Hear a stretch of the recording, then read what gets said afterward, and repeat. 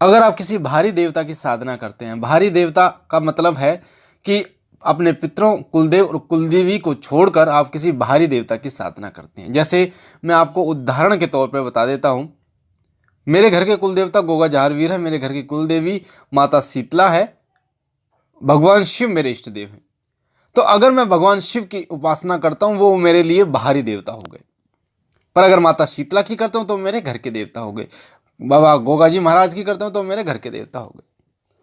तो जिस प्रकार से आपके पापा, आपके बहन, आपके माता, ये घर के आपके होते हैं, घर के परिवार के होते हैं, पर बाहरी जो लोग होते हैं पड़ोसी, ये बाहरी लोग कहलाए जाते हैं। उसी प्रकार से जो आपके घर के देवता होते हैं, अगर आप उनकी साधना करते हो, उनकी सिद्धि करते हो, तो वो बहुत जल्दी आपको प्राप्त होती है। क्योंकि हमारा जो घर के देवता होते हैं उनका अंश हमारे पीढ़ी दर पीढ़ी हमारे अंदर विराजमान होता है, उनका एक तत्व हमारे अंदर कहीं ना कहीं विराजमान होता है जो वंशों से चला आ रहा है। और जब उन्हीं का कोई वंश या उन्हीं की कोई जो तत्व जिसके अंदर विद्यमान है, वो जब उनकी साधना करता है, उनकी सेवा करता है, उनके मंत्र का जाप करता है, चाहे उनके व्रत करता है, तो उनकी कृपा, जो कुलदेव या कुलदेव की कृपा उन्हें बहुत जल्दी प्राप्त होती है, तुरंत प्राप्त होती है। आपके जो कुलदेव हैं या कुलदेवी हैं वो आपके घर के तमाम कार्यों को पूर्ण करते हैं, साथ ही आपके वंश वृद्धि में आपकी सहायता करते हैं, काम धंधों को खोलते हैं। जबकि अगर आप किसी बाहरी देवता की साधना करते हैं, उसका संबंध सिर्फ आपसे होता है, ना कि आपके पूर्ण परिवार से।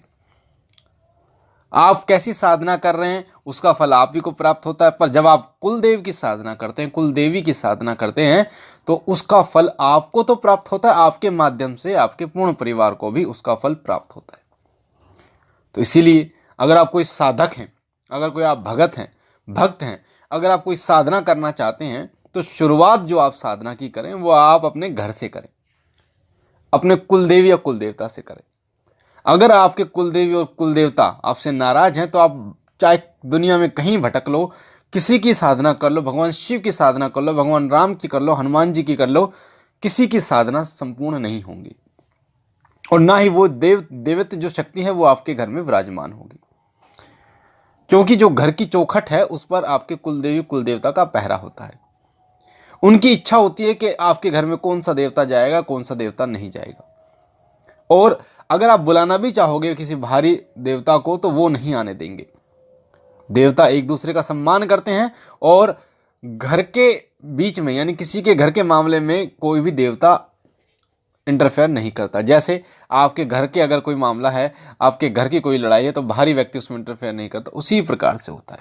तो आज मैं आपको कुलदेवी और कुलदेवता की साधना के बारे में आपको मैं बताने जा रहा हूँ कि किस प्रकार से आप अपने कुलदेवी और कुलदेवता को प्रसन्न कर सकते हैं, उनकी साधना कर सकते हैं। और इस साधना से, इस सेवा से, अगर आपको आपके कुलदेव और कुलदेवी के बारे में नहीं भी पता कि आपके कुलदेव कौन है और आपकी कुलदेवी कौन, उनका नाम भी नहीं पता, तो जो मैं मंत्र आपको बताऊंगा उस मंत्र के द्वारा वो कुलदेव और कुलदेवी प्रसन्न भी होंगे आपसे, आपको दर्शन भी देंगे स्वप्न के माध्यम से, आपको संकेत भी देंगे, साथ साथ में उनकी कृपा भी आपको प्राप्त होगी। और सवारी की बात हो तो सवारी भी आपको प्राप्त होगी। एक चीज और मैं आपको बता दूं, जरूरी नहीं है कि किसी के घर के कुलदेवता ही हो। किसी के घर की कुलदेवी होती है, कुलदेवता नहीं होते, तो किसी के घर के कुलदेवता होते हैं, कुलदेवी नहीं होती। तो ऐसा भी संभव होता है, पर हाँ, होते जरूर हैं। कुछ घर ऐसे भी होते हैं जिन घरों में ना तो कुलदेवी होते ना कुलदेवता होते हैं, उन वो पीढ़ी दर पीढ़ी किसी को नहीं मानते। मैंने कुलदेवी और कुलदेवता के ऊपर एक वीडियो इसी चैनल पे डाली है, जिसमें मैंने आपको बताया है कि कोई भी कुलदेवता या कुलदेवी आपके घर में कैसे आपके घर के कुलदेवता या कुलदेवी बनते हैं। तो उस वीडियो को आप YouTube पे लिखेंगे कि कुलदेवी और कुलदेवता शिव कृपा, तो वो वीडियो आपके सामने आएगी। उसी में आप पूर्ण जानकारी प्राप्त कर सकते हैं कि कोई कुलदेवी और कुलदेवता, कोई भी देवता आपके घर में कैसे बनता है और कैसे आपके घर में पूजता है, और आपके घर में क्या क्या वो कार्य करता है, आपके जीवन में वो क्या क्या कार्य करता है। बात करते हैं कुलदेवी और कुलदेवता की साधना के बारे में। कुलदेवी और कुलदेवता की जो साधना अगर आप नवरात्रों में करें, श्रावण मास में करें, तो वो सबसे ज़्यादा फलदायी होती है। या फिर शुक्ल पक्ष से शुरू करें। महीने में 2 पक्ष आते हैं, शुक्ल पक्ष और कृष्ण पक्ष। जिन लोगों को नहीं पता उन्हें मैं बता दूं, शुक्ल पक्ष जो है वो चंद्रमा का प्रभाव होता है, और कृष्ण पक्ष में जो चंद्रमा का प्रभाव घटता चला जाता है। तो इसीलिए कुलदेवी और कुलदेवता का जो भोग प्रसाद है वो आप क्या क्या ले सकते हैं ये मैं आपको बता देता हूँ। आपकी इच्छा है कि आप क्या लेना चाहते हैं।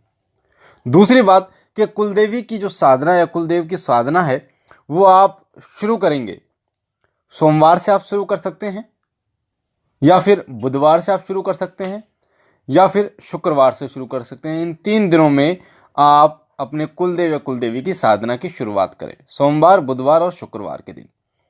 भोग प्रसाद के लिए आप गुलगुले ले सकते हैं, जिसे हम पुए के बोलते हैं, मीठे पुए जो कि आटे से और गुड़ के बनाए जाते हैं। 5 पुए आप ले सकते हैं। 2 लौंग और 1 बतासा आप ले सकते हैं। खीर पूड़ी आप ले सकते हैं, या लड्डू का भोग भी आप ले सकते हैं, वो आपकी इच्छा के अनुसार है। अगर आप पुए लेते हैं तो 5 पुए लें, और मात्र लौंग बतासे लेते हैं तो 1 बतासा 2 लौंग लें। अगर आप खीर पूड़ी लेते हैं तो 5 पूड़ी और थोड़ा खीर लें।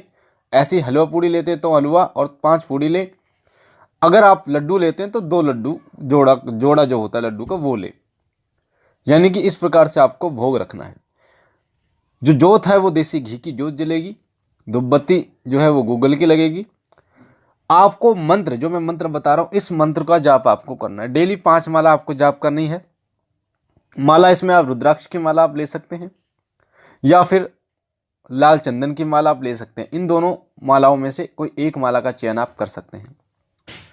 मंत्र सुबह और शाम आपको जाप करना है। 5-5 माला आपको जाप करना। आसन पर बैठ के जोत जलाकर, जोत जो आप जलाएंगे, मान लीजिए आप कुलदेव की साधना करने जा रहे हैं तो मेरे घर के जो कुलदेव हैं मैं आपको जोत जला रहा हूँ, स्वीकार कीजिए। या कुलदेवी की अगर आप साधना कर रहे हैं तो मेरे घर की जो कुलदेवी है मैं आपको जो आपकी जोत जला रहे हैं स्वीकार कीजिए। इस प्रकार से आपको जोत जलानी है। इसी प्रकार धूपबत्ती जलानी है। जलाने के बाद आपको जो कपूर होगी, कपूर के ऊपर आपको 2 लौंग या 1 बतासा, जो अगर आप लौंग बतासे का भोग दे रहे हैं तो लौंग बतासे का भोग आप डाल देंगे। 2 लड्डू का दे रहे हैं तो दोनों लड्डू में थोड़ा थोड़ा तोड़कर आप डाल देंगे। भोग जो दोगे आप वो सुबह आप देंगे। अगर सुबह शाम कर रहे हैं तो सुबह आप भोग देंगे, शाम को नहीं देंगे। अगर शाम को करें तो शाम को भोग देंगे, शाम को ही जाप करेंगे। भोग देने के बाद 1 गिलास पानी लेना है आपको। साफ गिलास हो, उसमें शुद्ध पानी हो। अगर गंगा जल हो तो और अच्छी बात है, गंगा जल डाल सकते हैं। उसमें थोड़ा सा मीठा डाल लें, मिश्री डाल लें या बताशा डाल लें, और छींटें आपको उसी जो कपूर उस पर मारनी है। उसके बाद जो मंत्र मैं आपको बता रहा हूँ, इस मंत्र का आपको 5 माला जाप करनी है। मंत्र है, आपकी वीडियो स्क्रीन पर मंत्र दिख रहा है। ओम कुल देवेभ्यो नमः। ओम कुल देवेभ्यो नमः। ओम कुल देवेभ्यो नमः। ये जो मंत्र है ये कुल देवता का मंत्र है। और कुल देवी का जो मंत्र है, मंत्र में आपको थोड़ा सा बदलाव करना है, जो कि मैं भूल गया बताना आपको। ओम मम कुल देवेभ्यो नमः। मम आपको बोलना है ओम मम कुल देवेभ्यो नमः, यानी मेरे कुल के देवता। ओम मम कुल देवेभ्यो नमः। अगर कुल देवता का आप जाप कर रहे हैं तो अब बात करते हैं कुल देवी का। तो कुल देवी का भी इसी प्रकार होगा, ओम मम कुल देवीभ्यो नमः। इसमें देवीभ्यो हो जाएगा, उसमें देवेभ्यो हो जाएगा। ओम मम देवीभ्यो नमः। मैंने इसलिए वीडियो स्क्रीन पर आपको मंत्र दे दिया है ताकि आपको बोलने में कोई गलती ना हो। तो कुलदेव का जो मंत्र है, ओम मम कुल देवेभ्यो नमः। ओम मम कुल देवीभ्यो नमः, ये मंत्र होगा। इस मंत्र का जाप आपको करना है। 21 दिन की ये साधना होगी। 21 दिन आपको इस साधना को निरंतर करना, ब्रह्मचर्य का पालन करते हुए आपको इस साधना को करना है। साथ ही आप जो तामसिक भोजन है उसका आप परहेज करेंगे, पूर्ण रूप से आपके घर में नहीं आना चाहिए।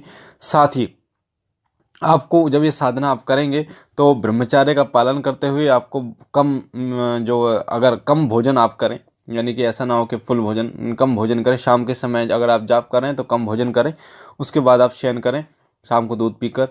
और जब 21 दिन आपके पूर्ण होंगे, वैसे तो 21 दिन के बीच में ही आपके कुलदेव या कुलदेवी आपको दर्शन दे देंगे, सपन के माध्यम से आपको बताएंगे और आपके प्रसन्न होंगे। बाकी सवारी की बात रही तो भी वो आपके उन दिनों के बीच में आ जाए। 11 दिन के बाद आपको अनुभव शुरू हो जाते हैं इस साधना के। तो ये जो साधना है, उसके बाद जब ये साधना पूर्ण हो जाए तो आप, जैसे अगर कुल देवी हैं तो आप 9 कन्याएं बिठा दे, उन्हें जमा दीजिए, हलवा पूड़ी का जो भोग लगा दीजिए 9 कन्याओं को। अगर कुल देव हैं आपके तो उसमें लड़कों को भोजन जो वितरित कीजिए। इस प्रकार से इस साधना को आप पूर्ण करेंगे तो आपके कुल देवी जो भी हैं, आपके कुलदेव जो भी हैं, उनकी साधना पूर्ण हो जाएगी और आपको उनके दर्शन भी होंगे। पता भी चलेगा कि आपके कुल देवता कौन है, आपके कुल देवी कौन है। तो मुझे आशा है ये जानकारी आपको पसंद आई होगी। अगर आप पहली बार हमारे चैनल शिव कृपा पे हैं तो आपके सामने जो लाल कलर का बटन है सब्सक्राइब का, उसे दबा के चैनल को सब्सक्राइब कीजिए। हमारे साथ जुड़िए, शिव कृपा परिवार के साथ जुड़िए, ताकि भक्ति और भक्ताई से रिलेटेड जानकारियाँ निरंतर आपको प्राप्त हो। बेल आइकन को दबाइए, घंटे के निशान को। साथ ही हमारा जो नया चैनल शिव कृपा परिवार, उस पर भी आपको पितरों से संबंधित जानकारियाँ, साधना से संबंधित जानकारियाँ और शाबर मंत्र, वैदिक मंत्र से रिलेटेड जानकारियाँ, साथ ही पूजा पाठ से संबंधित जानकारियाँ मिलेंगी। तो जो डिस्क्रिप्शन में लिंक है उसको भी आप सब्सक्राइब कीजिए, उसके साथ भी जुड़िए, लाइक कीजिए, शेयर कीजिए और बहनों और भाइयों तक, ताकि जिनको इस प्रकार की कन्फ्यूज़न है कि मेरे कुल देवता कौन है, कुल देवी कौन है, मैं कैसे साधना करूं, उनको ये पता चले कि साधना की शुरुआत आप अपने कुल देवी या कुल देवता से करें, ताकि आपको और किसी देवता की साधना करने में आसानी हो। बाबा भोलेनाथ से मैं यही विनती करता हूं कि उनकी दया कृपा आपके ऊपर बनी रहे, आपके कुलदेव, आपके कुलदेवी आपसे सदा प्रसन्न रहें, आपके घर काम में बरकत दे, तमाम खुशियां आपकी झोली में डाले, आपकी तमाम मनोकामनाओं को पूर्ण करें। हम मिलते हैं एक नई जानकारी के साथ अगली वीडियो में। तब तक के लिए ओम नमः शिवाय, ओम नमः शिवाय, ओम नमः शिवाय।